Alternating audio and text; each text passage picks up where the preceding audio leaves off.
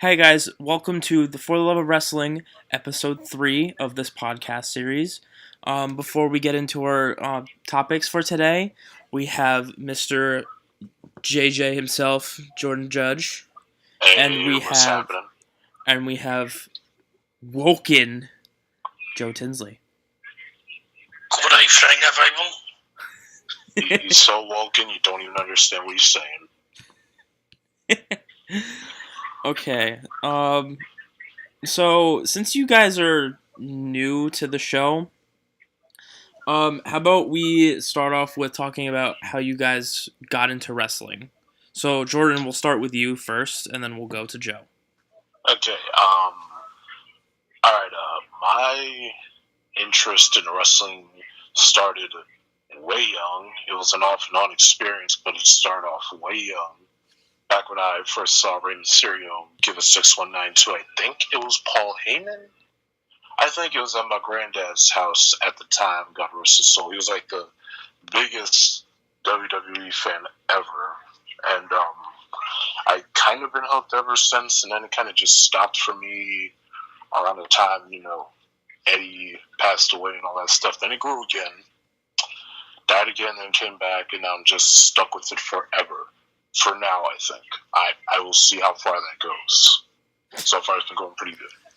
That's good. Obviously, you've been to a lot of indie events, from what I've seen. Oh, lately, yeah, definitely. I was supposed to go to one last Saturday, but we all got snowed in. Yeah, we did. It was terrible. That sucked. I really wanted to go, too. Me too. Like, I actually got beef, like kayfabe beef, with one of the indie wrestlers there. His name was Congo Kong, I think. I'm not sure if he was like the same. Like, he's different from the Congo Kong with the makeup and all that stuff. But like, I had beef with that guy. I was ready to like say some stuff again, but nah, it's all good. But I definitely try to go to a different one, as the years go by. Right. So we'll see what happens. Okay, Mr. Tinsley, how did you get into professional wrestling? Joe? Your wokenness. Joe? You there? He's not even here. What the heck? What happened? I don't know. I'm so confused. This is... Oh, I'm ringing him again. Alright, it's like... This Okay, would be he's like... connecting. Hopefully Joe. it comes through. My internet's went out, so I'm on data right now. Oh, holy crap, it's back. Okay. So, how did you get into professional wrestling, Joe? What is your story? Actually, I was 6 years old. And I don't even remember the first match that it was. I just remember seeing Hulk Hogan for the first time. Just passing images and such. And then I stopped watching it for a little while. And then I picked it back up during the Attitude Era. And I've been hooked ever since. And one of the most iconic memories I've got was the Rockin' Mankind. The Attitude Era.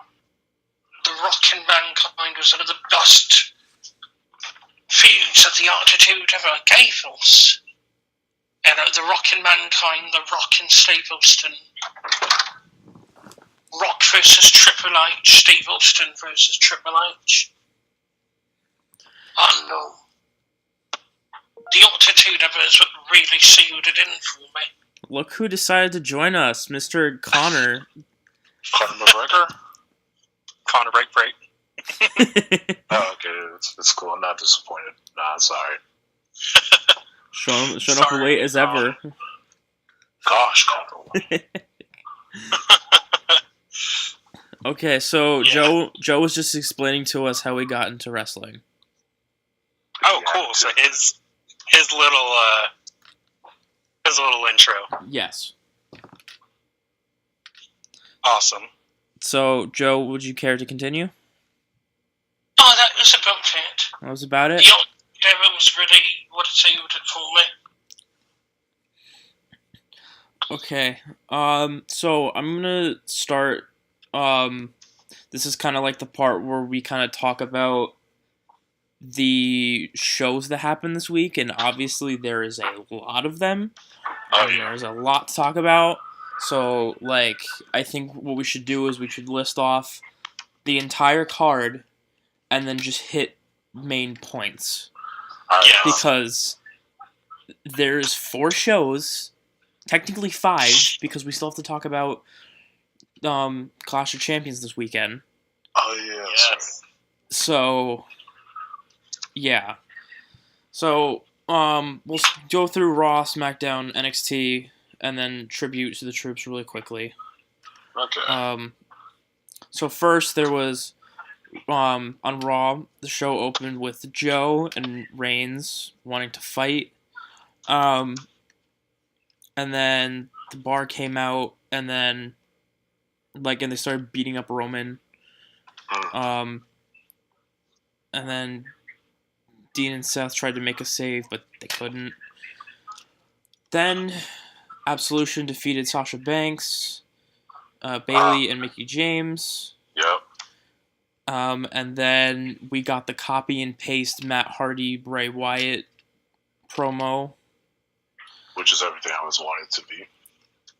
Hopefully It they was do awesome. more. We'll get into that. So Finn Balor defeated Curtis Axel. After the coup de grace. Seth Rollins defeated Sheamus. Then there was the last chance fatal 4-way with Cedric Alexander defeating Tony Nese, Mustafa Ali, Arya Daivari. And honestly, in my opinion, that should have been the case, like, the first time anyway. Exactly. It should have been. I'm sorry, I'm such a Cedric mark. But honestly, I understand. but honestly, next week, I'm really looking forward to Alexander versus Gulak because I like Gulak too, so Right. either way, I win. Gulak. His name is just so No. weird. But it's I intentionally call him Gulak. Okay. It's a running joke. It's a running joke I have with him.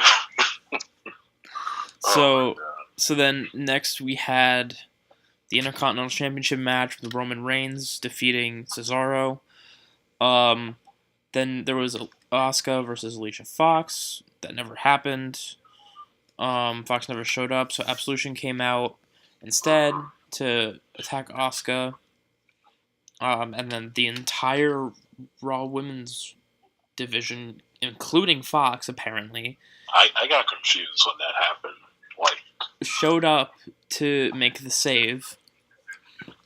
And then Well, because they proved like they kind of proved that they don't even like Alicia Fox after all. So I mean, yeah, it was confusing, of course, but we'll see what they do with it. But anyways, let's keep going. Okay, then there was Samoa Joe versus Dean Ambrose. Obviously, Samoa Joe going over in that match, choking out Ambrose with the Coquina clutch.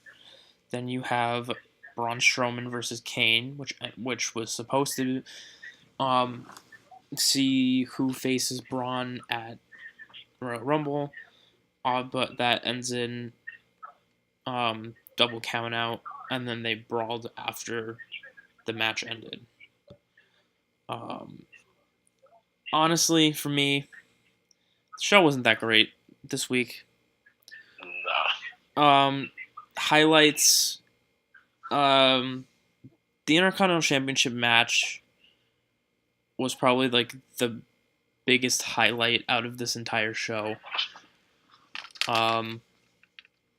But yeah, that was pretty much it. The rest of it was kind of just copy and paste type material. Is there any thoughts that you guys want to add? I mean, I'm trying to figure out everything you said that I'm not. Like, I'm basically trying to make up my own words without basically repeating everything you said. It wasn't really that good of a show this week. Like, I just wasn't really feeling it myself because certain things happen. I can't lie. I'm not going to sit here and act like nothing happened. Things did happen. just not exciting things. Like it's weird to explain. Yeah, I mean, there was a lot of build up. Yeah. But I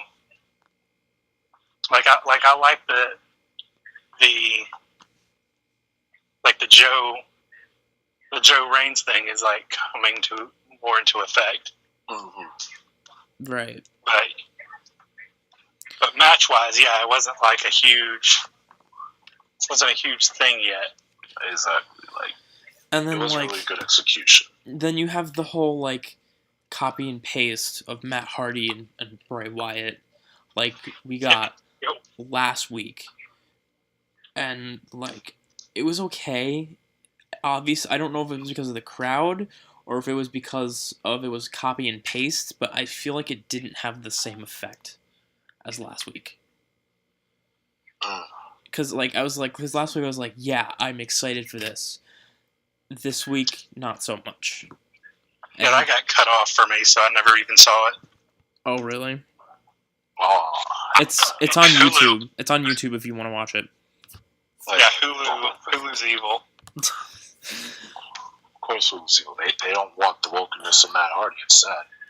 No, they literally like cut half the show. Jesus. They're like, oh, you want a 3-hour show? We're only going to show you an hour and a half. Dang. Really? I've never had that problem. Yeah, they cut a lot of commercials, but they're still cutting out like a lot of the show as well. Right. Which is why like half of the matches that y'all talk about I don't see. Oh my god. This is gonna get awkward then. Oh. No, it's okay. I already know what happened, so it's not like, oh, what? That happened? No, I go after I watch the show. I see like a full result. Yeah, so honestly, it's kind of disappointing coming off of last week because there wasn't that much going on besides the usual of what we got last week, pretty much. It's just a repeat. So then now we're gonna move on to SmackDown Live results. Personally, I haven't watched SmackDown in like a month, just because I don't really care. See, at this point, I found a different site, so I was actually able to watch more SmackDown. I actually watched the entire SmackDown. So, yeah. So, to open the show, the Singh brothers showed Eggman's AJ Styles that they were done with Jinder Mahal and wanted to be in his corner, but Styles didn't fall for it and then beat them up. And then there was Charlotte Flair defeated Ruby Riott. Flair won by disqualification when Natalya attacked her. Then there was Dolph Ziggler defeating Baron Corbin. Also, another disqualification because Bobby Roode interfered. Then there was the Then there was the Bludgeon Brothers defeating Jobbers. Then Sami Zayn and Kevin Owens tried to occupy SmackDown with the Yep movement. It's as weird as it sounds. It's exactly what it sounds like. Yeah, and Daniel Bryan announced that he was the second special guest referee in their tag match at Clash of Champions. Then Aiden English and Rusev defeated the Usos. Then they announced that Mojo Rawley versus Zack Ryder will take place at Clash of Champions kickoff. Then Kevin Owens defeated Shinsuke Nakamura. The referee was knocked out, so Daniel Bryan took his place. Sammy caused a distraction, allowing Owens to defeat Nakamura with a pop-up powerbomb. That's the show. Two things that really popped out for that was Daniel Bryan making his way in there, jumping. It's like, oh, the ref is out. I'll be a ref. Right. And then the then the Aiden and Rusev finally getting a win. Loved it. Right. I'm such a Rusev mark. Rusev, give that man a world title, I swear. Please. I like Aiden too. Give him the U.S. title. I never was really behind Aiden, ever. Like, I just thought he never had, like, the look of a superstar. I'm only behind him for the simple fact that he is with Eddie Guerrero's daughter, so yeah, that's just all reason I need. Yeah. See, I like the vaudevillains, but I always felt, and a lot of people are not going to like that I'm saying this, but I always thought Simon was always like bringing him down. Oh yeah. Never a big fan of Simon Gotch. And no one likes Simon Gotch. Like, the thing that I'm more interested in now is Daniel Bryan announcing that he's the special guest referee. Oh. Second special guest referee. So, like, I don't know if this is supposed to signal, like, an in-ring return or not. You know? Like, that'd be dope to actually see that. But I'm not sure if that's what they're trying to hint at. What they're, like, I don't know. But, yeah. So, moving on to NXT. NXT. So, there was, NXT champion Andrade Cien Almas defeated Fabian Aichner in a non-title match. And then it says Sanity were discussing scars and unfinished business. Eric Young said War Games was beautiful, but the outcome was not ideal. They had not left the battlefield. And next week they will finish what they started with the Undisputed Era. Then there was Authors of Pain, defeated Oni Lorcan and Danny Burch. And then there was a video package that aired for next week, which is Pete Dunne versus Tyler Bate in the rematch for the UK Championship. Dang. Which I think is going to be excellent, considering their first match was great. Oh, yeah. Then there was the NXT Women's Champion Ember Moon defeated Peyton Royce in a non-title match. And then it says last week on WWE.com, the Street Profits debuted a new segment called Street Talk, where they talk to fans outside the arena. And then they announced that Shayna Baszler was coming soon, which we kind of already knew.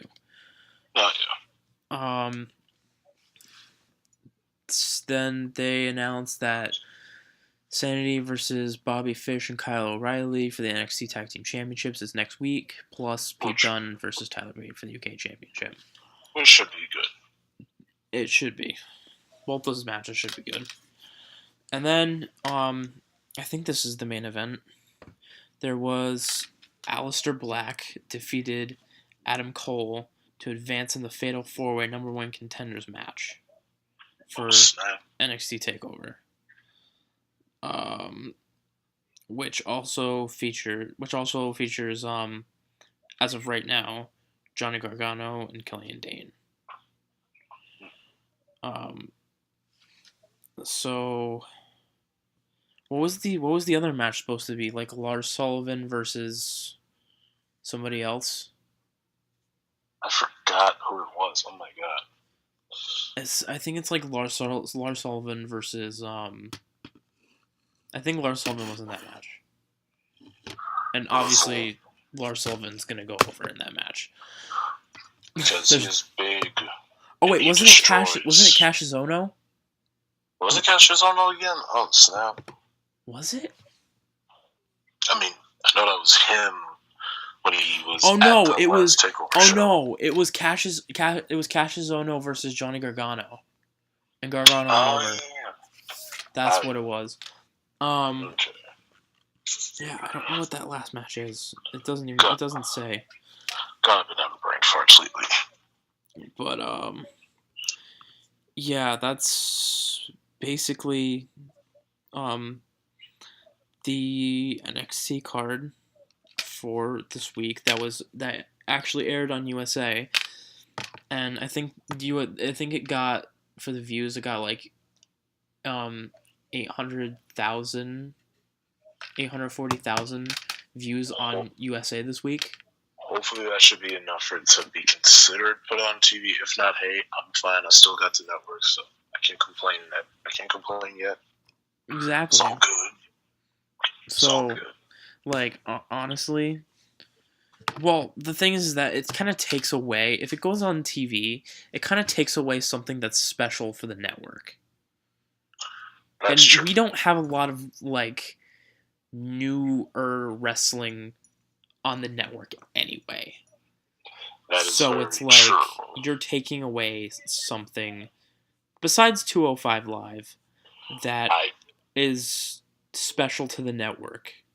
I love 205 Live, and I love what it does, but let's be honest with ourselves, it's not doing too good. Not like it should be. Exactly. So then, honestly, I stopped, like, for the next thing that we're gonna talk about real quickly. I kind of stopped halfway through watching. 205. No, we actually don't talk about 205 Live for some reason. Oh Lord. So no, we're talking about now Tribute to the Troops. Okay. It was taped last week, and it aired last night. Like, I stopped halfway through because it was just commercials and them talking about how they respected the troops, and it was like in every single match, which I get is they're supporting the troops, but it was like, this is a little excessive. Exactly. If you would so put it. And then, so there was the Shield defeated Samoa Joe, Cesaro, and Sheamus in a 6-man tag team match, which I thought was interesting at first, but like Josh said yesterday, it seemed kind of watered down a little bit. I think a lot of those matches were, in my opinion. Yeah. But honestly, like, this is the first time the Shield has teamed up like this in, 4 years? So that's the only part about it that I found kind of interesting about that match. Then there was Charlotte Flair with Naomi, defeated Ruby Riott with the Riott Squad, and Carmella with Tamina and Lana. That was a triple threat match. And then New Day. This is where actually where I stopped watching. So it was New Day versus the New Day and the Usos versus Chad Gable, Shelton Benjamin, Rusev, and Aiden English. 8-man tag team match.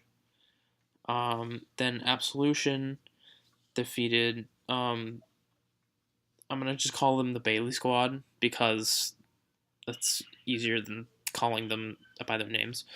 Yeah. Because we get this match every week, so it's like, apparently, so. It's the Huggers Squad. And then you have AJ Styles, Randy Orton, and Shinsuke Nakamura defeating Jinder Mahal, Kevin Owens, and Sami Zayn in a 6-man tag team match. Again, I stopped watching after match number 2.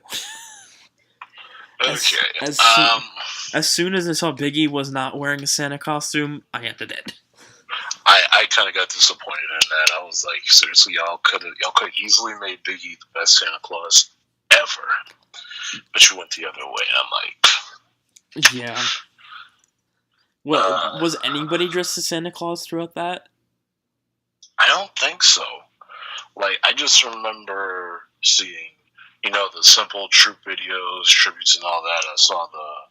I saw Charlotte versus Ruby riding her squad with like the SmackDown girls being on standby, like Naomi and Natalia, and it was an okay match. By the way, It was.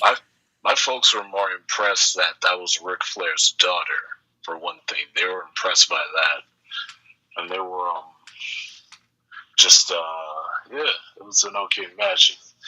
Yeah, and then after that, I think there was what happened next? Oh yeah, it was AJ Styles with Shinsuke and Randy Orton versus Jinder Mahal and Kevin Owens and Sami Zayn. Yeah.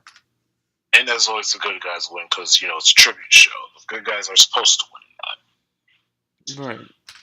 And I guess they've said that in the broadcast too. So yeah, apparently.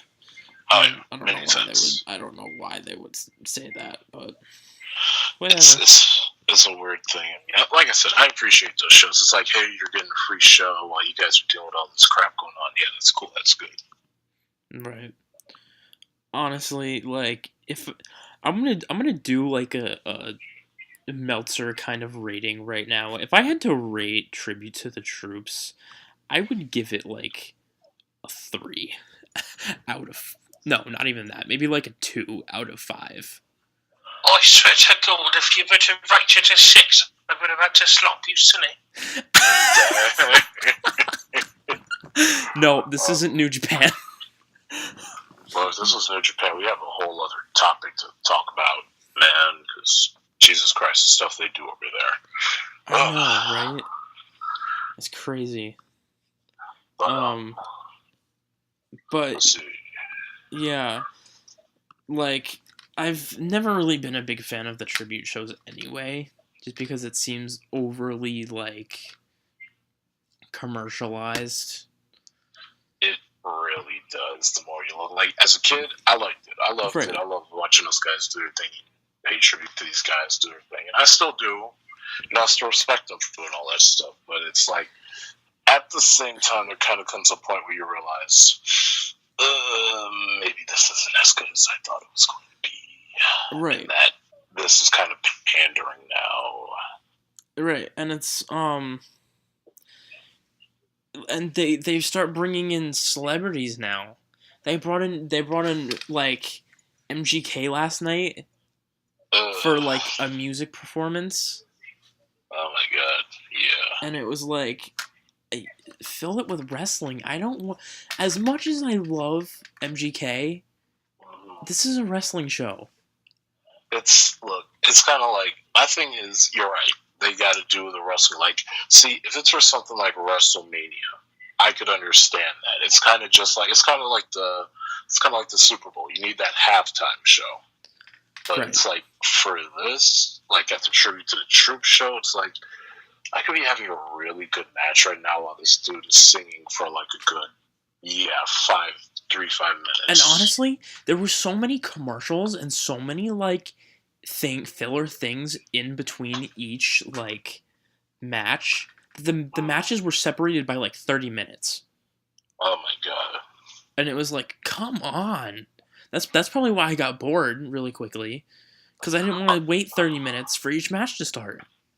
It's kind of one of my issues with that kind of stuff. It's like you got so many commercials, so many advertisements, all that stuff, and all these celebrities, like outside of wrestling. Like you literally got like other celebrities promoting their movies technically, but still paying tribute to the troops at the same time. It's like, I get that. There's ad revenue, you need money, but at the same time, it's like, can you kind of get back to the point that you were doing? Right.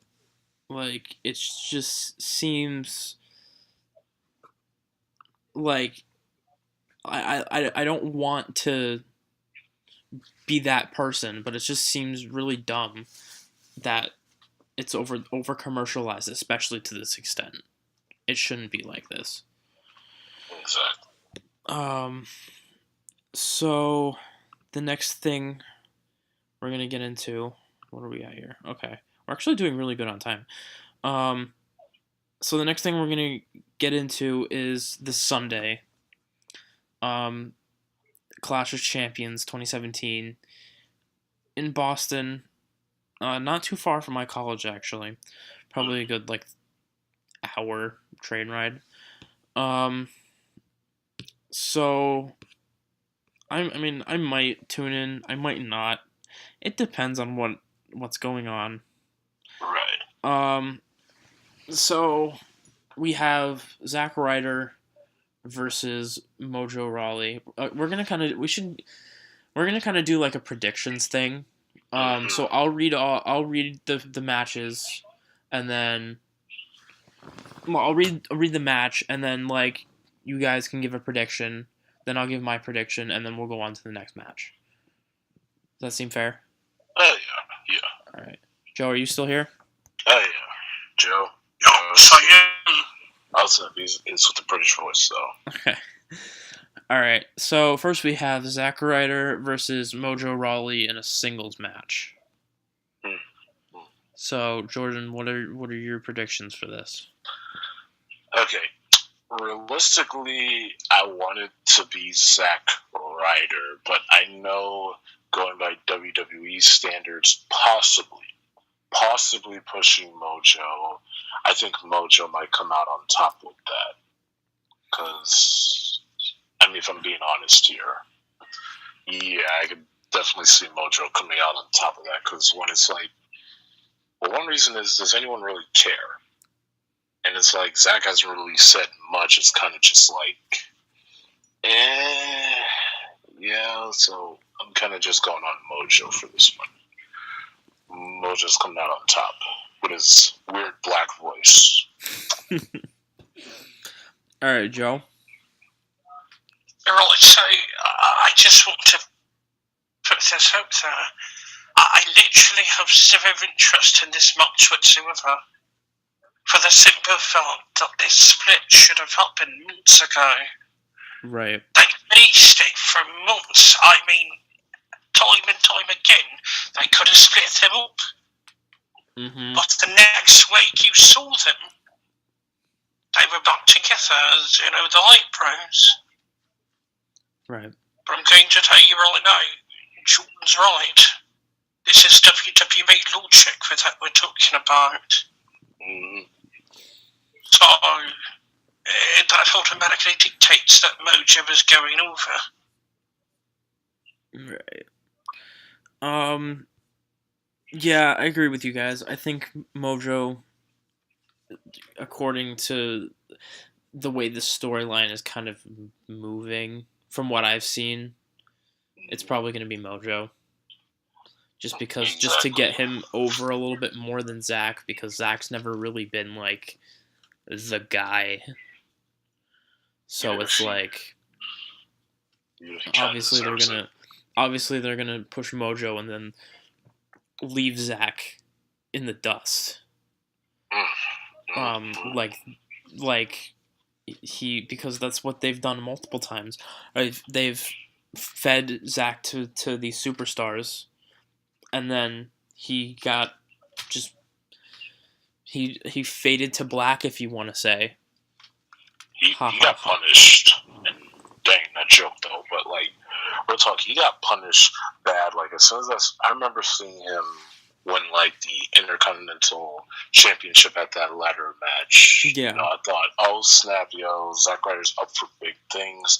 He's got this, and then Miz came in out of nowhere, and Zack Ryder's just dead.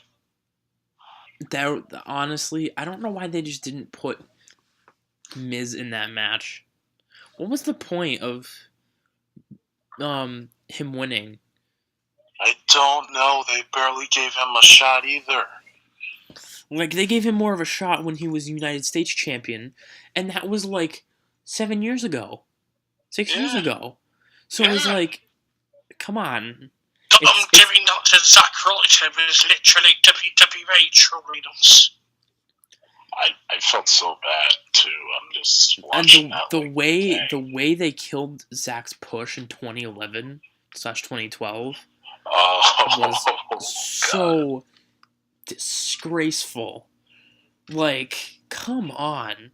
You feed him to Kane multiple weeks, and then, like, you have, Eve kick him in the balls, and then, like, he's just loses every match after that.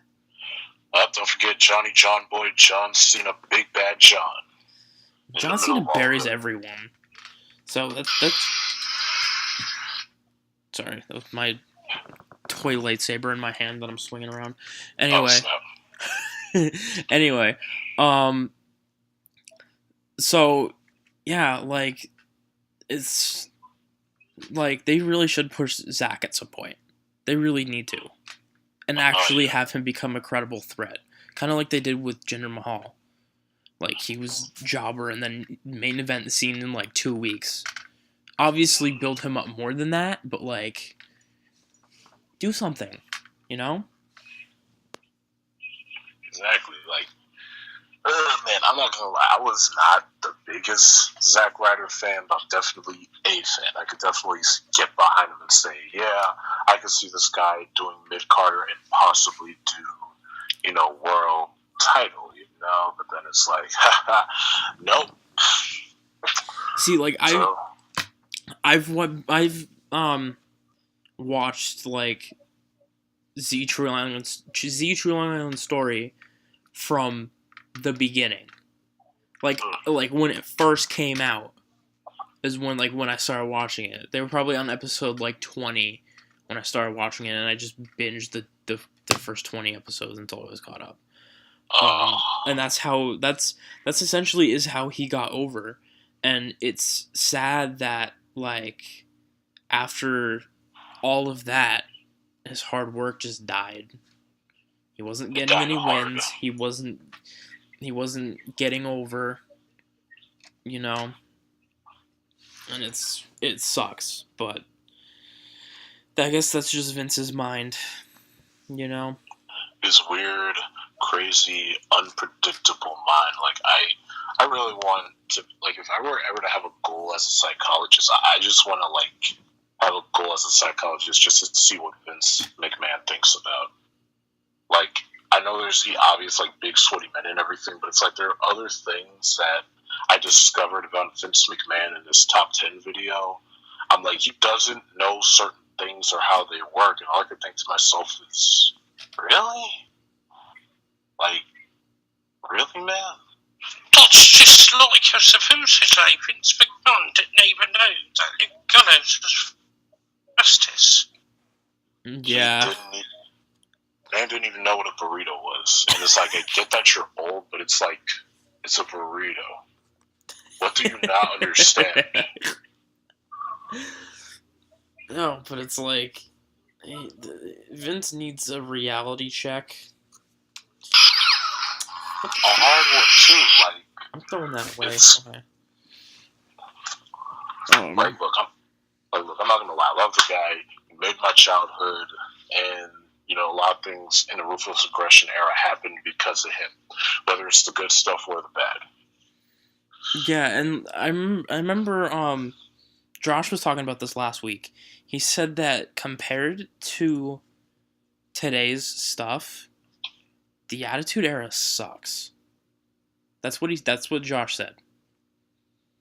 Just because of, like, the whole, like, sexual exploitation stuff that they were doing back then.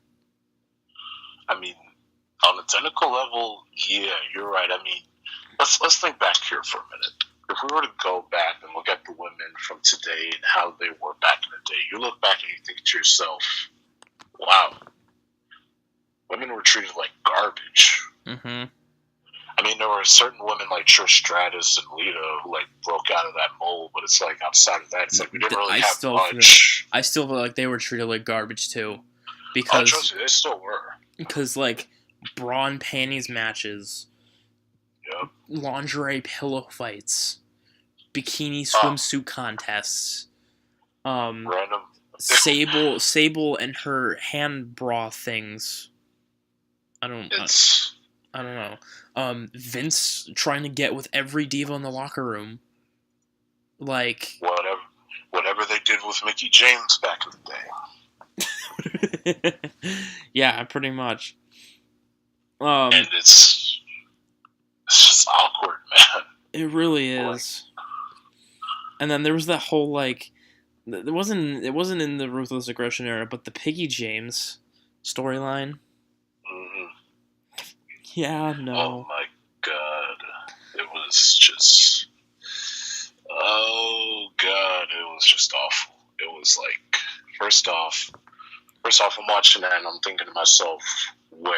Like, where is the fat? Like, am I missing something? Am I just, does she have John Cena roles or something that I'm missing?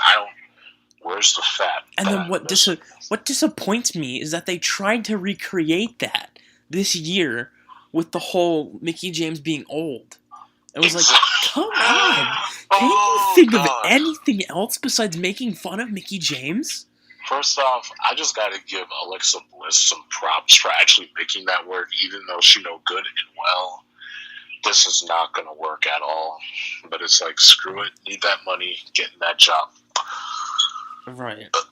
And just like, I don't even know, man. It's just like, they just need to let it die. Like, let Mickey James do her thing. You don't need to insult her to get the other wrestlers over, or to just make her fight for something. Like, you could actually tell a story. This is not high school, and I don't know. All right. Okay. So moving on with our predictions. There is AJ Styles, who is the WWE champion, versus Jinder Mahal with the Singh brothers, in a singles match for the WWE championship. So, Jordan? Okay, this one's kind of a mixed mash for me. Because it's like, one, I want AJ to win. And I know that there's a possibility that he can. At the same time, it's like, this is WWE we're talking about. It's like, right after the guy you want to win actually gets the belt for a while, then they're just going to have that habit where they like turn it around and boom, the bad guy that they wanted but we didn't want it is going to, take the belt. So I'm leaning towards Jinder. I am leaning towards it. But at the same time, it's like, AJ Styles, come on, like, you really got to take the belt off of him over that. Right. But it's like, I'm in between, so I'm going to just go with the latter for once in my life and just say Jinder Mahal. I don't want to, but Jinder Mahal. All right, Joe? On some paper, I'm going to have to disagree here. I think that what they're trying to do is they're trying to build up for Styles versus Nakamura at WrestleMania. In order for that to happen, Styles has to retain. Unless they want to give it to Mahal now, and then take it from him literally like the month before Mania. But I don't see that happening. Yeah. So, it's going to be Styles. Alright, I think it's going to be Styles, mainly to the point because of,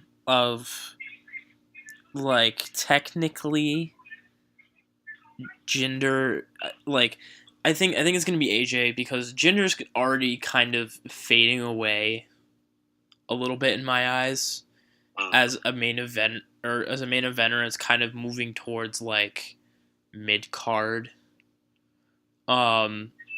And that's kind of like where I see him going next. If not for like the United States Championship, then something else. Doing like a mid-card feud or something.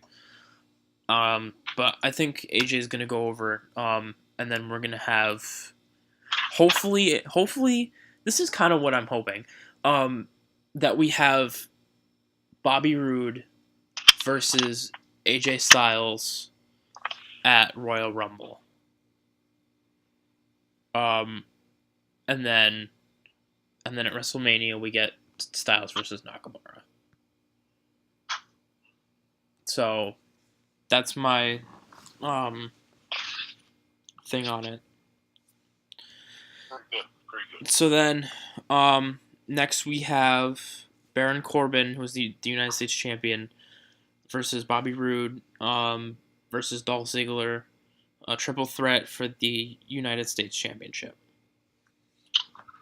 Well, okay. I can make one prediction. I know it's not going to Dolph Ziggler. Like, they have beaten that man to the ground so hard, it's become sad now. Pretty much. It's like watching a train wreck. It's like watching the guy with the worst luck get hit by a truck.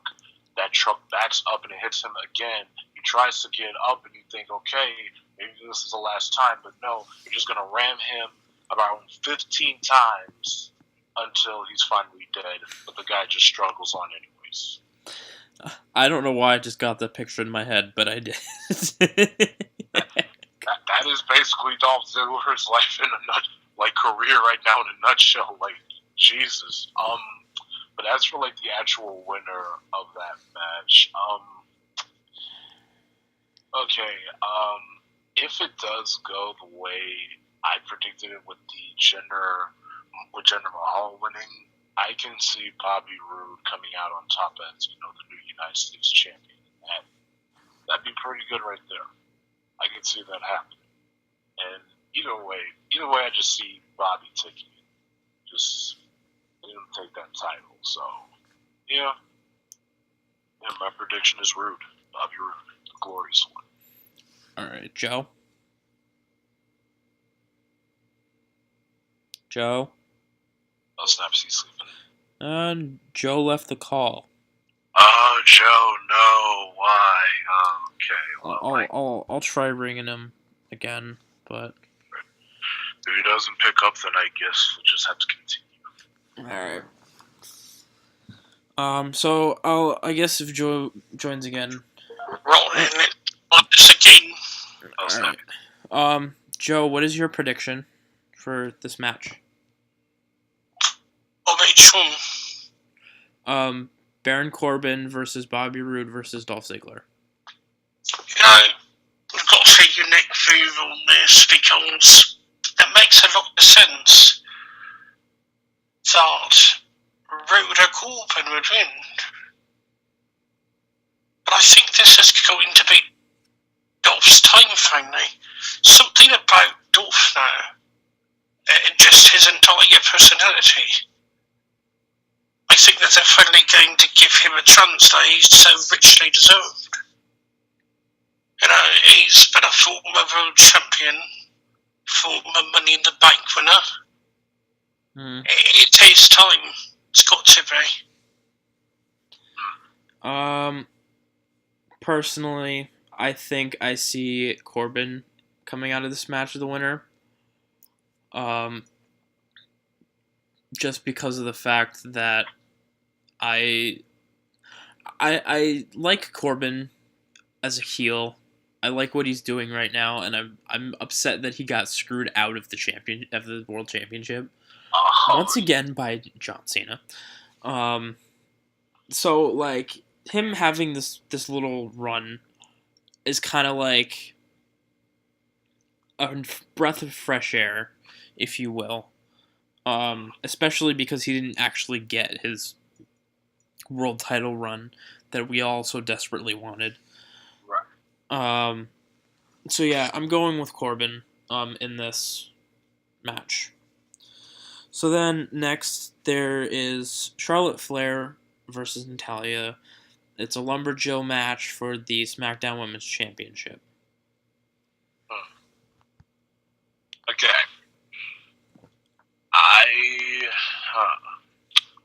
Okay, this one's kind of hard for me to make a decision on.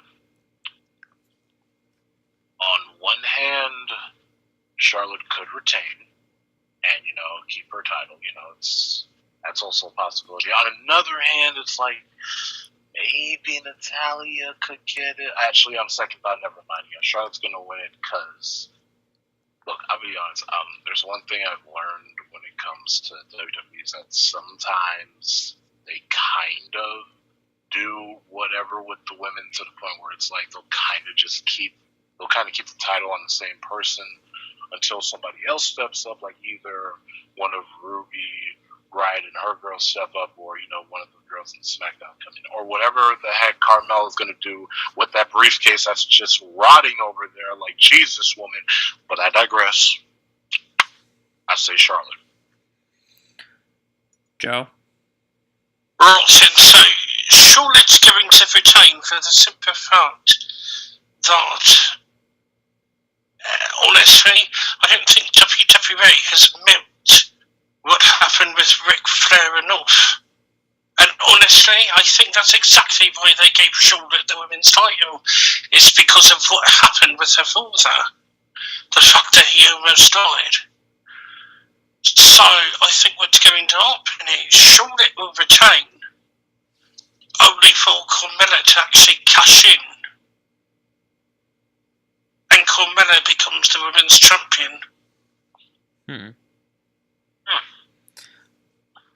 Honestly, I think I've seen enough lumberjack matches in my life to see where, like, something goes.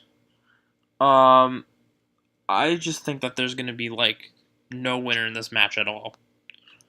I think that, like, a brawl is going to break out, and the referee won't be able to handle it, so they'll possibly end the match. Unless they do something different, where it's, like, there's a roll-up or something, and then someone gets the win.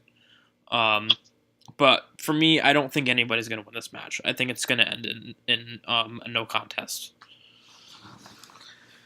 So then, the next match is the Usos versus the New Day, versus Shelton Benjamin and Chad Gable versus Rusev and Aiden English. Fatal 4-way tag team match for the SmackDown Tag Team Championships. Okay. Alright, I'm excited for this one. Okay. Alright, so this one is one of those, it's another one of those matches where I'm kind of rooting for everybody, but I really, if I had to choose, like, the outcome of it, I would have to say, okay, it's one of two things for me. It's either like, hey, Chad Gable and Shelton Benjamin come out on top, or with this possibility, the Usos retain. I only say that because it's like, like, hey, the New Day, they've had their run. They're basically the top I guess you could call them stable or tag team or whatever you want to call them. Three guys, like, right now, and sadly, the only one anybody really gives a crap at the moment, right next to the Usos and the Bar,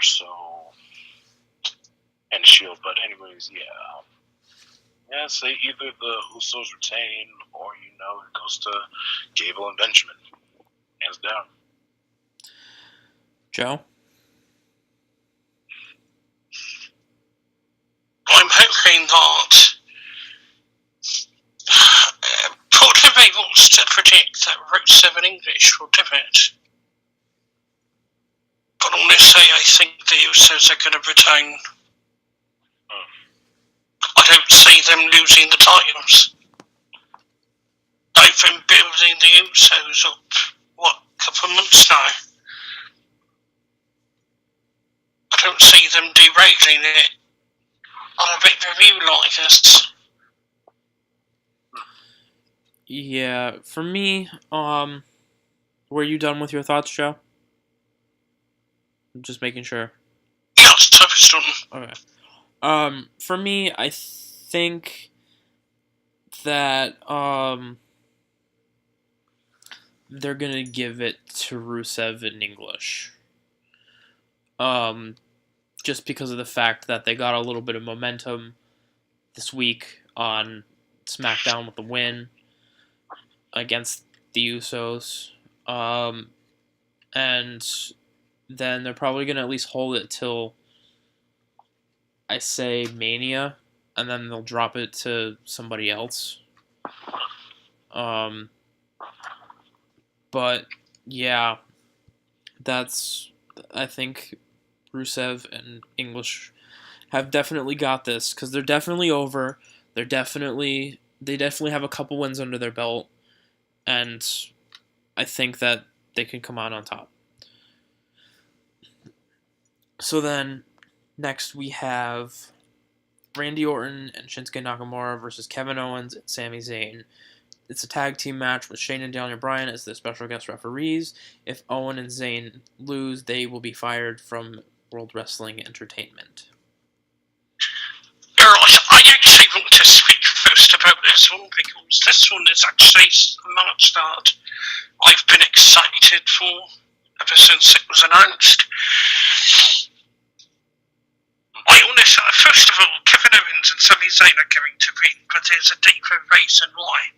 I think what's going to happen is Daniel Bryan ends up scrubbing Shane McMahon, finds a way to incapacitate him, leaving him safe as the only referee.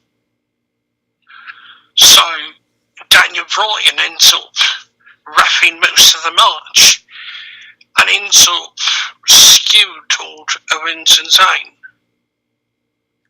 I honestly believe that at some point we're going to get a Ring of Honor stable with Bryan as the manager, Zayn and Evans as the anchors.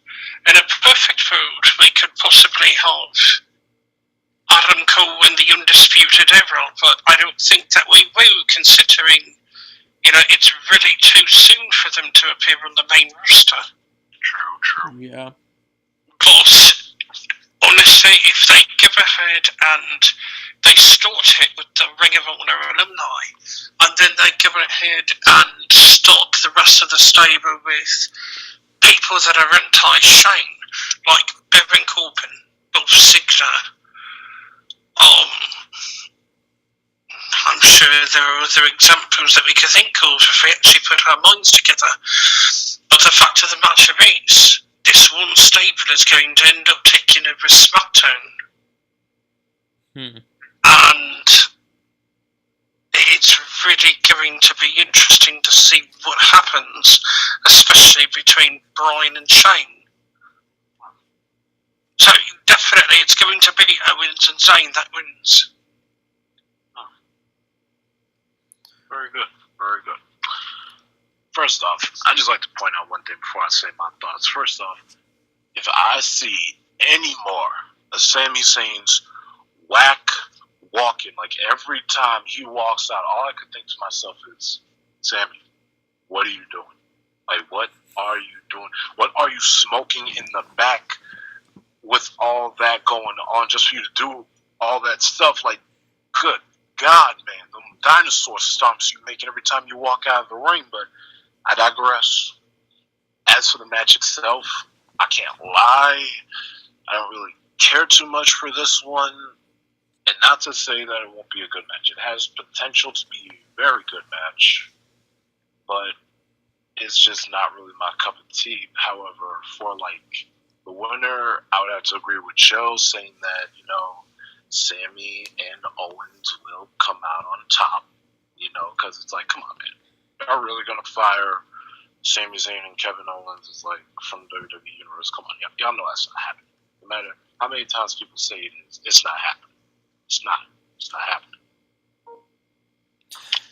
Yeah, for me, I would have to say Owens and Zayn as well, just because of the fact, like, we've seen just in the past couple of weeks that Bryan is kind of favoring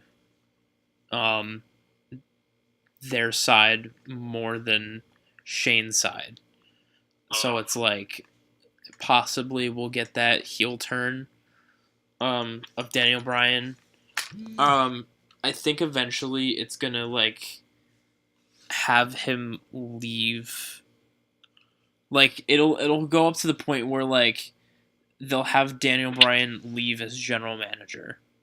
And then that's when Daniel Bryan goes back to the independent scene. And then they'll bring in a new general manager, whoever that may be. Even if they have William Regal come up as the new SmackDown general manager after Daniel Bryan leaves. Then they have Shawn Michaels become the general manager of NXT. My net keeps dropping, so if I disconnect again, I may not come back. Okay. Fair enough. So what I was saying was, like, if they have Daniel Bryan eventually, like, leave as general manager and they bring up, like, William Regal as the SmackDown general manager, and then they have, like, Shawn Michaels be the NXT general manager, I think that would still work pretty well, too. Oh, yeah.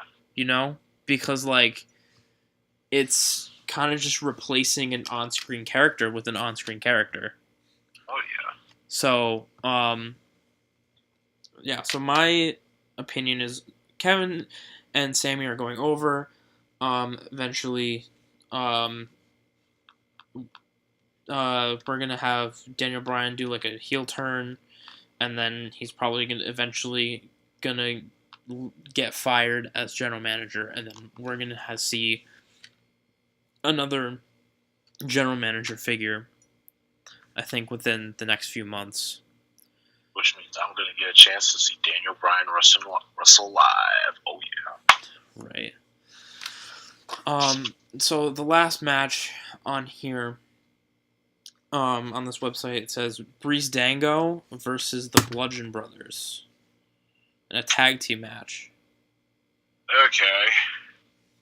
Okay, wait a minute. I'm going to speak again first. I'm sorry.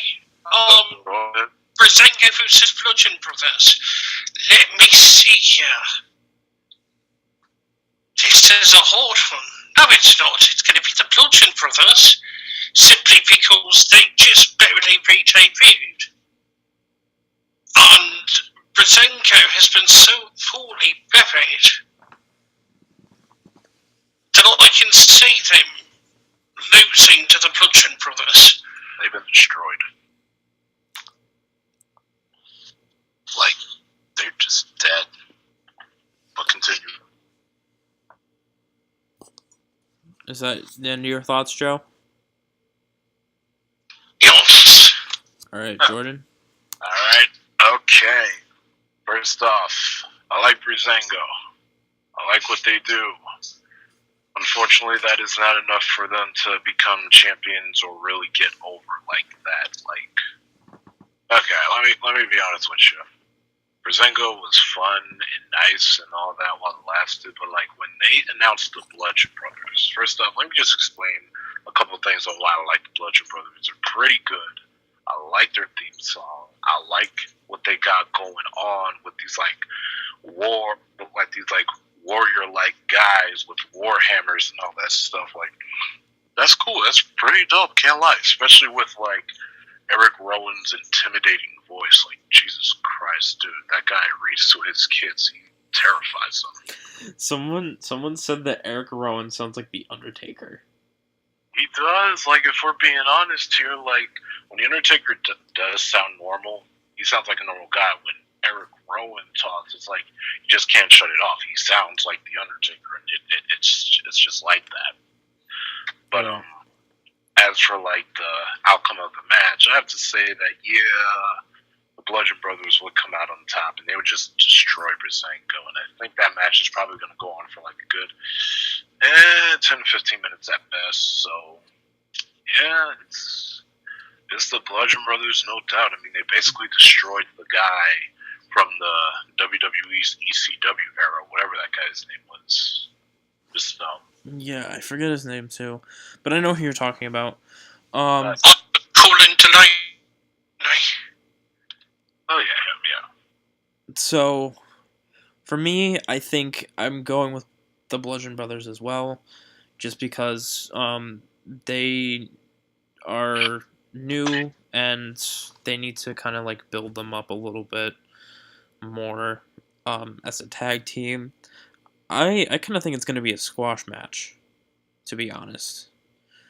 But I could totally be wrong.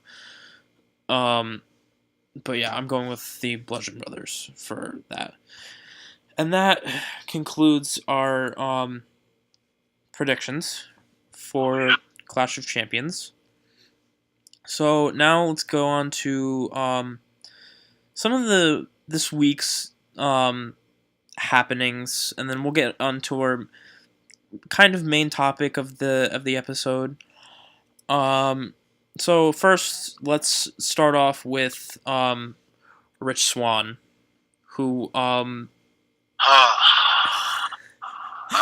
who allegedly assaulted his wife and tried to like kidnap her into the car, and he was suspended for. Actually, they didn't even say how long he was suspended for. They just said he was suspended indefinitely. Oh my god, I can't handle this, man. I can't handle this. And it was like, come on, really? I was the last person I would have expected to get arrested. I love that too. Every time he dances, gets down with itself, it's like, oh my god. Alright, the call dropped on Joe, so I'm guessing he's not coming back. Dang, everybody's just gone. But yeah, like, I was reading the police reports on it, and it was I don't know, did you read them too? I posted them in the group. I didn't get a chance to, but it's like,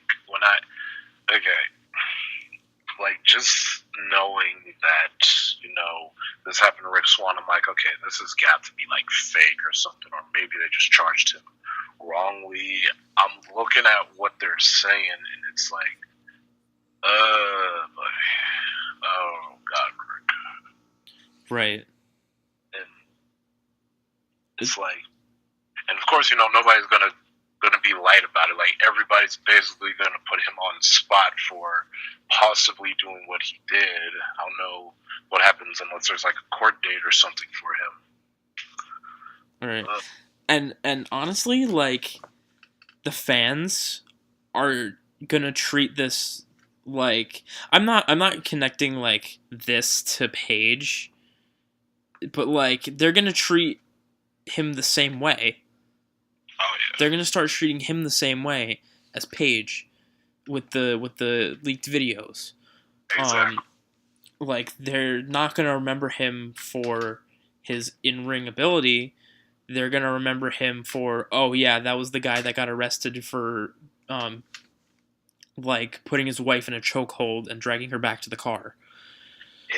Exactly. It's like, first off, I'm really glad Paige decided to come back into wrestling, because I was worried that was going to be the end of her. Like, with everything because it's like, it's one thing with the leaks. It's like the fans just like tried to put like a freaking stone in her grave, like put like a cross in her grave, like the final nail in her grave. That's what I mean to say. You know what I mean? Just right. The final nail in the coffin, and it didn't even work out for the other guys either. I mean, look at poor Xavier Woods in that Uso New Day rap battle setting like that. That just, it's a good thing.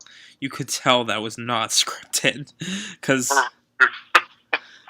I don't think Vinnie Mac would have approved of that. No, because they edited that out of the YouTube clip. They did, and it was like, okay, that's understandable. I felt that from here when I was watching it. I died laughing knowing that Xavier Woods was dying inside. And just, oh god. And it wasn't even of like hilariousness, it was probably of embarrassment. It was. So,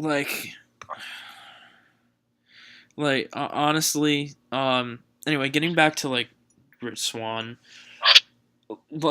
It's funny, I actually saw a funny meme earlier today. Or was it yesterday? It was today, yesterday. It was a news article. I think it was from in Florida where he lives. But it didn't even say WWE Superstar. It said WWE and wrestler. Oh my god. It didn't even say WWE Superstar. It said WWE. And it was like, okay. Okay. That's fine. and then someone in the comments was like, "This is WWE creative right now. This is their work at this is their work right now happening in front of our eyes." And it was like, but like, still, you know, obviously this is a serious offense. You know, if he gets the charges against him dropped, that's good for him. If not, he's probably going to end up getting released. That's honestly, I thought he was going to get released when the thing was announced. I thought so too. I was like ready to be like, well, Rick Swann, it was fun while it lasted. I will see you in the Indies, man. Yeah, because they did the same thing with Adam Rose. Well, it's not the same thing, but like he was in that domestic violence suit with, what was it, his girlfriend or his wife or something? Oh yeah. And he got released for that. Yeah, they let him go like that. They didn't even like think twice about it. It was just like, yep, peace out, you're done, goodbye. Right, and so that's why I'm surprised they didn't do that this time. I just couldn't believe it. Okay, so moving on. I kind of want to talk about a little bit of indie stuff that's coming up. Snap, what we got good? Wrestle Kingdom 12. Oh, Jesus Christ, that's going to be so awesome. Jericho versus Omega. Alpha versus Omega. What happened on New Japan earlier this week, where Jericho showed up and beat the crap, essentially, out of Omega. Only to retaliate just a day later. Yeah, did he like throw a table at him? Yeah, he did. I saw that and I was like, that is instinct right there. It is like that was total instinct. I don't even know if that was supposed to happen, or like he just kind of just like, oh, a table, just throws it. But honestly, like, I'm excited. I don't think I've ever been this excited for a Wrestle Kingdom event. I'm not gonna lie. Like, when I first heard about Wrestle Kingdom, I was like, okay, maybe this is just like, because I had no idea what New Japan Pro was at the time. I didn't either. Exactly. So it was like, okay, you got these guys coming in and everything, and I'm actually watching New Japan Pro Wrestling. I'm like, okay, this is really dope. I like this. I like watching this. Only to realize that it gets better when you realize like all these other talents coming in, and then you get Jericho versus Omega. I remember seeing the clip for that the first time. I'm like, okay, this is probably just a fake video or whatever. No, this is legit. Like, Chris Jericho was calling out Kenny Omega, and I'm just like, my boy. Right. And it was like, this isn't even like, obviously WWE Jericho and this Jericho are two separate personalities, and you can see that. You can see that in like this, in these videos that are online. When Jericho attacked Omega, and it just seemed like an amazing heel turn. Mm-hmm. I don't know. Would you count that as a heel turn though? I'm not sure, honestly. Like, and this is kind of another debate that everybody's been trying to figure out. Even like Omega and Jericho themselves, like everyone's trying to figure out like if it's like a heel turn or it's just like two guys going at it, you know. And then another thing that I noticed too was I'm not sure if Kenny botched taking the code breaker, or if he was just trying to sell it really well. That was another problem I had watching that, and it was kind of cringeworthy, the way he landed it, and I was like, that's either botched or he's selling really well. Like, how did it look like? Like, did it look like The Rock receiving a Stone Cold Stunner kind of selling, or just like a... No, but like, it seemed like you know how when Jericho hit the code breaker, the guy's like that's taking it kind of like lands on his knees. You know, he didn't do that. He didn't do that. He like landed head first. It looked like he landed like head first on Jericho's knees.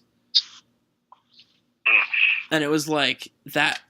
I don't know if he was trying to sell that or not, or if it was botched. Both times.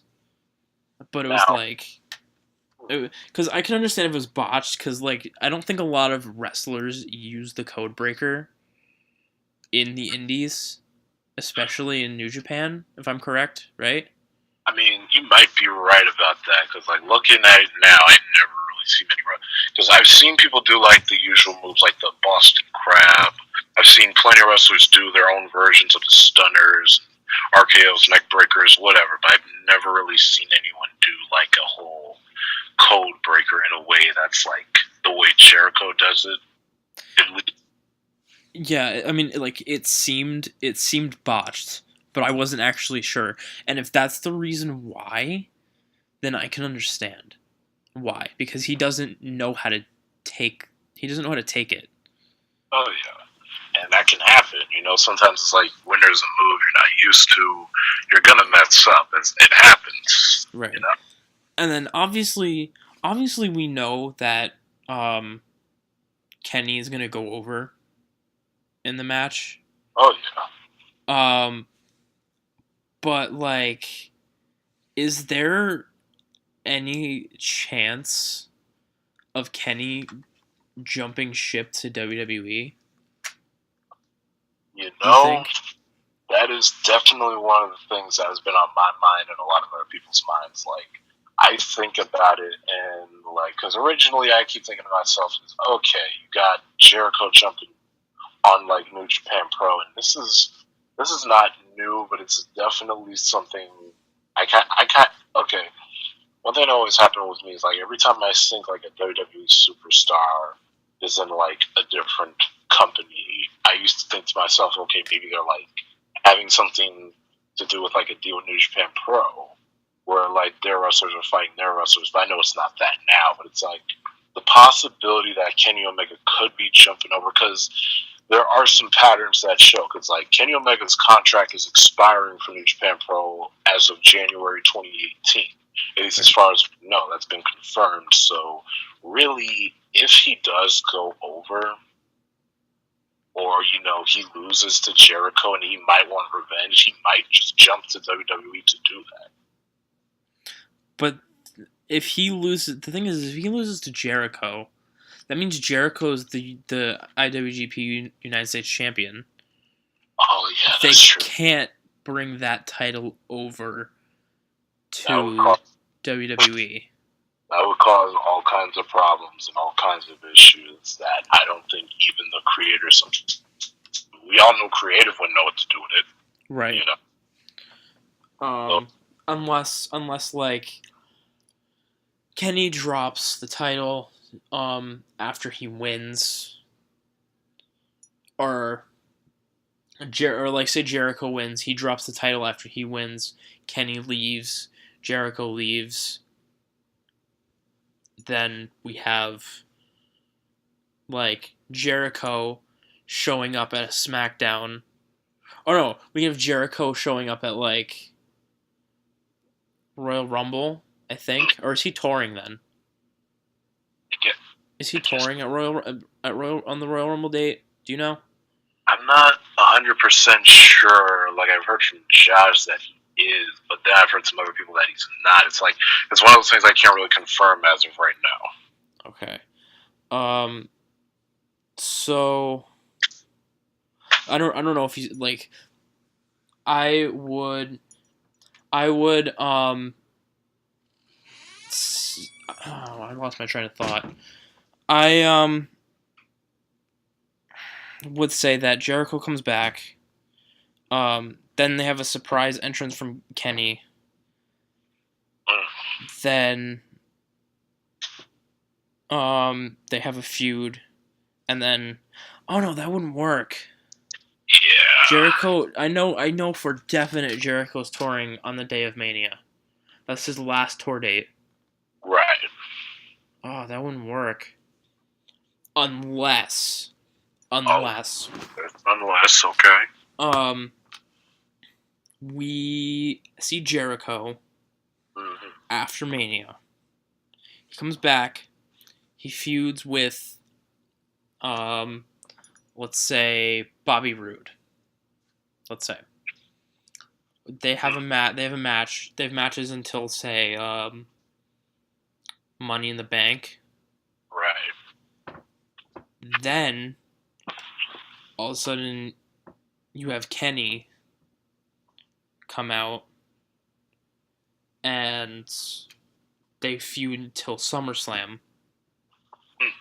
And then you have the then you have that match, and then Kenny goes to feud with somebody else.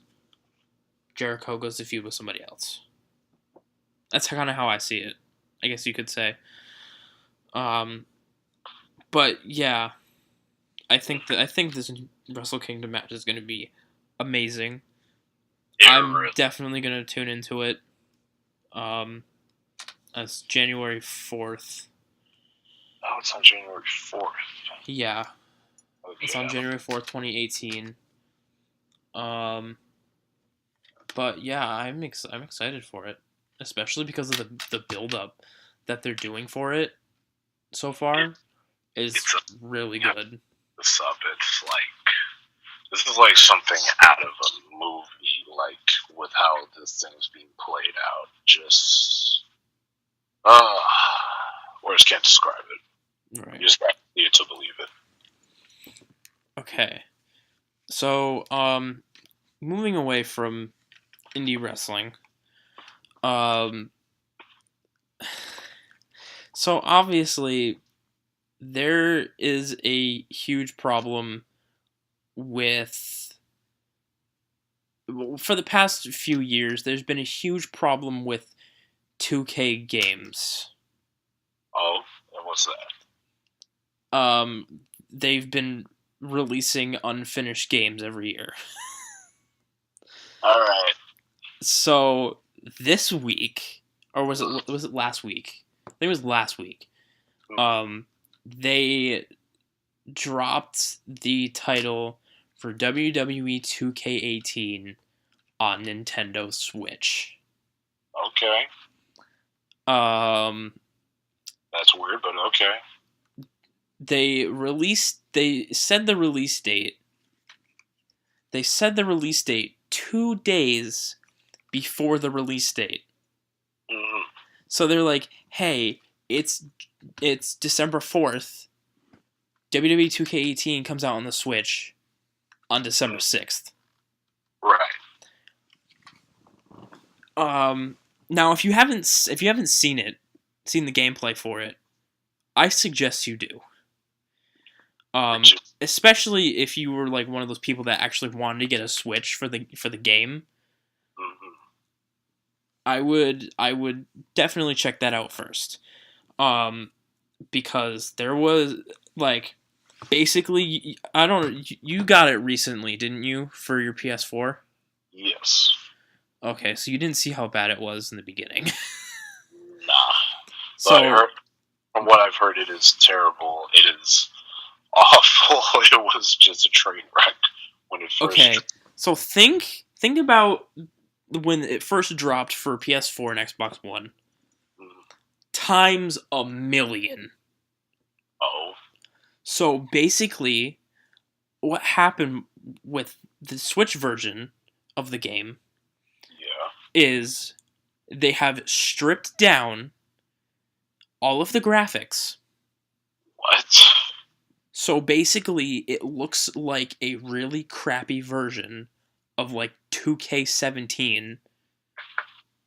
It basically looks like PS2, like Here Comes the Pain type game. Oh my god, and I love that game too. But like, yeah, like that game was fun. But like, so the next problem is there is a really bad lag to it. So say you're playing as Finn Balor. Okay. And you have entrances on. Mm-hmm. It would probably take him like 10 minutes just to get down to the ring. Seriously? That is how bad this lag is in this game. And basically like the game itself is from what I've heard from Chris Danker and from a lot of these other YouTubers that do 2K content, it's unplayable. It's literally unplayable because of that really bad lag that's in the game that we don't even know if they can patch or not. Good God.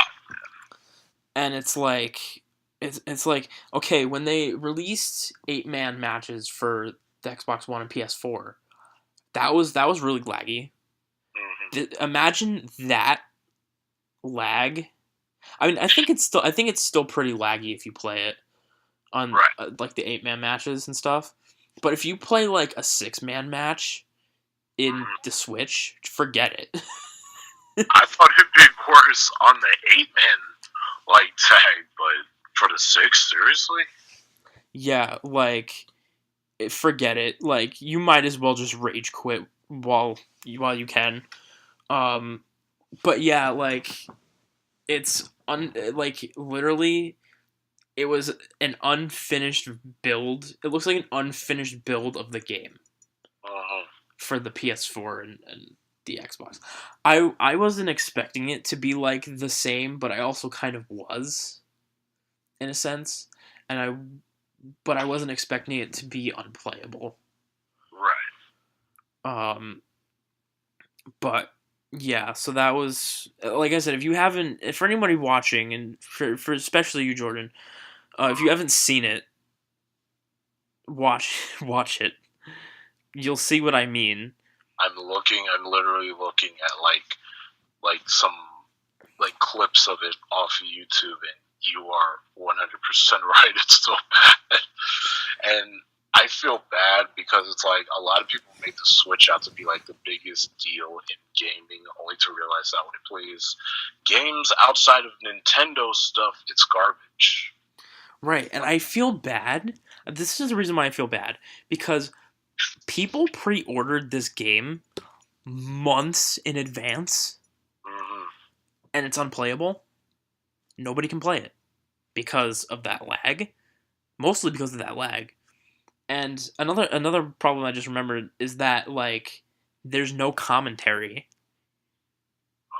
So I mean, there's commentary, but it's like unfinished. So like they'll be in a match, say it's like Baron Corbin versus AJ Styles. Michael Cole will be like, "Tell me about AJ Styles," and then there'll be no after comment. What? He'll just be like, "Tell me about AJ Styles." Like, dude, are you talking to me? Utter silence. And it was like, come on, like it's unacceptable to release games in that state. Honestly, especially broken games on PS4 and Xbox. Like, yes. Like if you not at least push the release date back until the game actually has worked out the bugs and stuff. Because you remember when we were younger, and when video games rolled out, they were released like December, like end of November, and there was like no problems with it. Oh yeah. Yeah. So I don't understand why there's like this problem of like lag and stuff when they can just be like, okay, let's have the release date November 24th or December 15th. you know? Oh yeah, that's back when a lot of the games actually used to come out. Now that I think about it. Right. Like I've played SmackDown, like the old SmackDown versus Raws, and those came out in like late November, early December, like in time for Christmas. Yep. And like I enjoyed those because there was nothing wrong with them. Oh yeah. And they were enjoyable, and they had fun match types that you could play. Now it's just these games are simulation, not arcadey. Right. So it's like you want to have something, you want to have these games on the go, but you can't because from like 2K from like WWE 12 all the way up to 2K17, there's no like handheld versions. There isn't. There has never been. So like the 2K18 Switch version was a bust.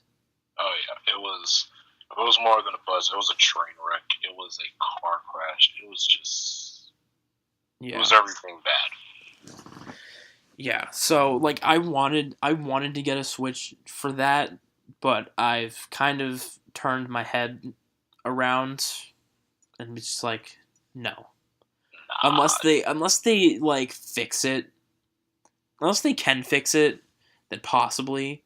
But I think I'll just stick with my Xbox for now. Right now, you are better off with that. Unless you like other games for the Switch, I would recommend getting it for 2K18. It's not worth it, man. Yeah. Okay, so we'll kind of go into our last topic here. All right. Which is our main topic of the evening. So there's a lot of speculation about who exactly. I mean, I guess it depends on person to person. But who exactly is the greatest of all time? Like, in what, or just like in general? In general, who is the greatest of all time? Okay. This is one of those topics that I usually never get involved in because it really depends on your taste and what you like in a wrestler. That's what I'm saying. It kind of goes from person to person. Like, I mean, yeah, I could say who was the best in like a certain era, but it's like I can't say who is the best all around. Who is the top dog? Who is the man or woman or whatever? Who is just the greatest of all time?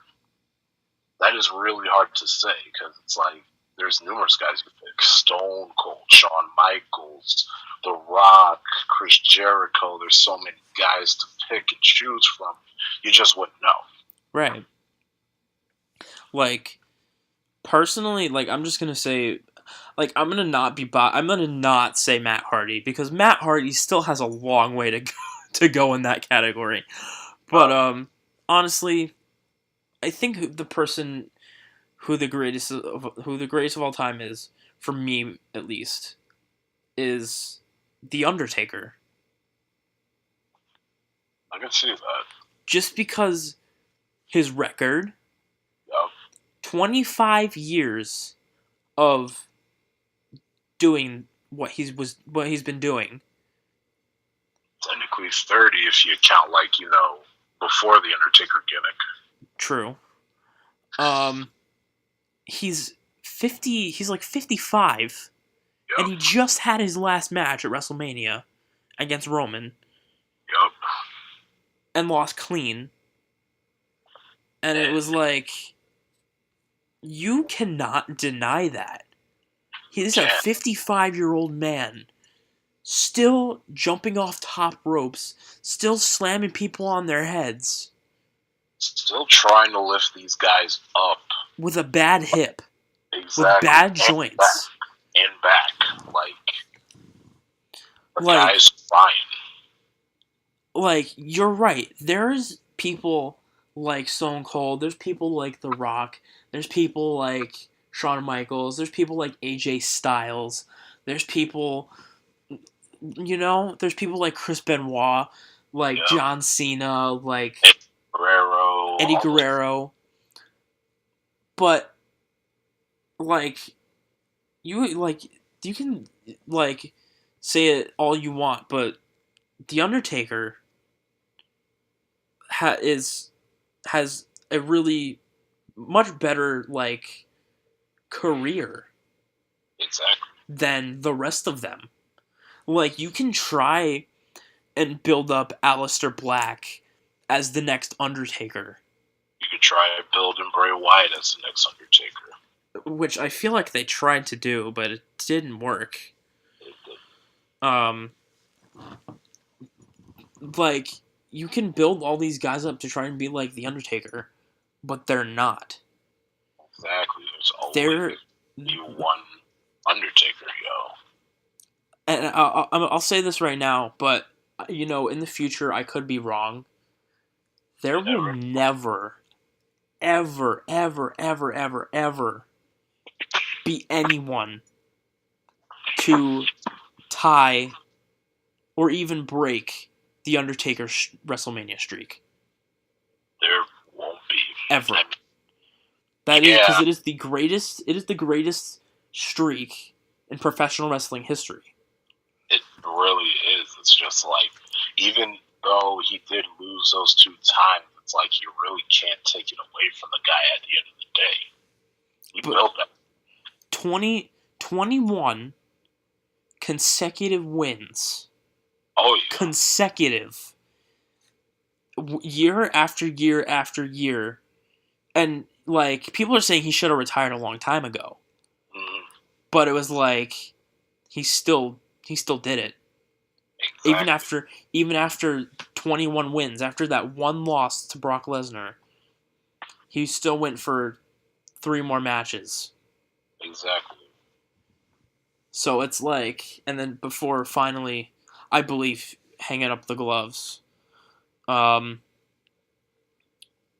like, that's my opinion. I don't know if you have a different opinion about who the greatest of all time should be.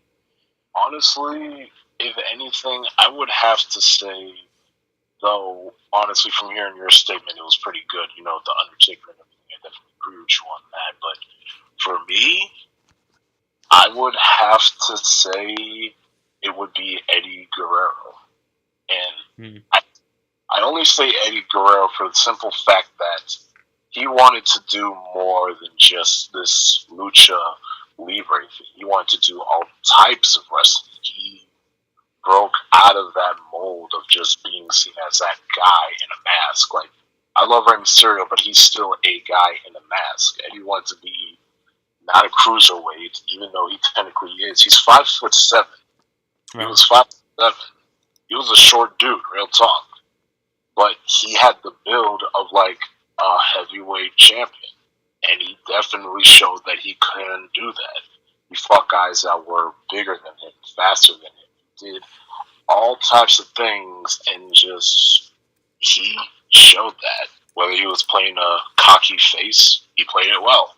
Whether he was playing the baddest of bad heels, he made it work. And just, to me, it's like, when you could still balance all that, and with being how short that you are, being considered a cruiserweight, he still pulled out the best. And it's like, I definitely feel like he's second compared to how you described The Undertaker. But, like, he could, if he had been out a little longer, if he had lived out a little longer, like, to now, he'd probably still be doing possibly more than The Undertaker if his body still could take it. Because, I mean, we were supposed to have him face Shawn Michaels. That could have been one of the greatest matches of all time, right there. Right. And just, he is He's just versatile. He does whatever he wants. He's the guy, in my opinion. So, like, if anything, I felt like a lot of stuff should have gone to him. Honestly, for what it's worth, I'd say he did very good up until his untimely passing. So, God rest your soul, that you were one of the greatest of all time. It's actually funny that you mentioned, like, if he was still alive. Because before, like, we kind of rebranded this podcast, we had an episode talking about, like, paying tribute to past wrestlers. And we were talking about Eddie. And I said, like, if Eddie was still alive today, he probably would be training the next generation of superstars right now. And we probably would see people like Chad Gable. Even though, like, better than he is now. Like, we would possibly see him... Like, people call him the next AJ Styles. But we could possibly... If Eddie was still alive and training Chad Gable, like, we could definitely, like, say that indefinitely he's the next AJ Styles. Oh, yeah. And just... did very well, like you're right. If he was still alive, he would be training these new guys, and they would be, like you said, better than they ever could be. They'd be everything we would want them to be. And even if it's not everybody's cup of tea, because I know how certain people are about indie wrestlers or these young guys coming up in age, and a lot of people complain about them, but it's like, they're being trained by the guys you guys grew up with, so it's like, cut them some slack and just let them do their thing. Right. And then, like, you have the people that were, like, privileged to work with Dusty. Oh, yeah. And, like, I feel like Dusty was the second best thing that we could have gotten in NXT. Yes. Because, like, if Eddie was still alive, then Dusty would probably be, like, the second best thing that NXT got. But, like, he's obviously, like, one of the first in actual time. And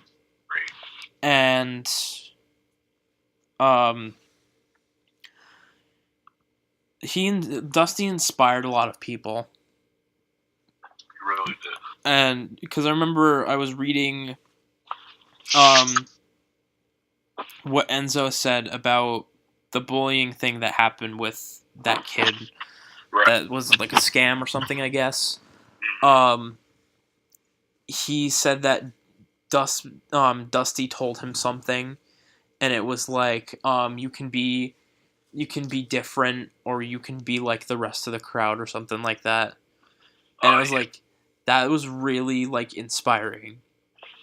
And, like, I feel like someone like Eddie would have really inspired people just like Dusty did. Probably even more so.